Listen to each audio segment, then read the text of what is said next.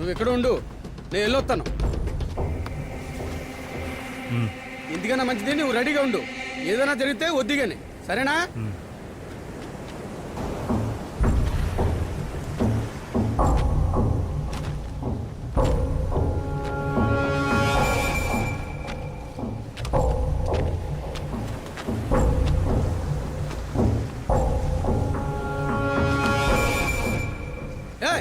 ఎవరు నువ్వు? నన్ను ఒక్కడిని ఎందుకు రమ్మన్నావు? మా శివగాన్ని చంపింది ఎవరో చెప్తానన్నా కదా, చెప్పేవారు నిన్నే అడుగుతుంది. ఇటు తిరుగు.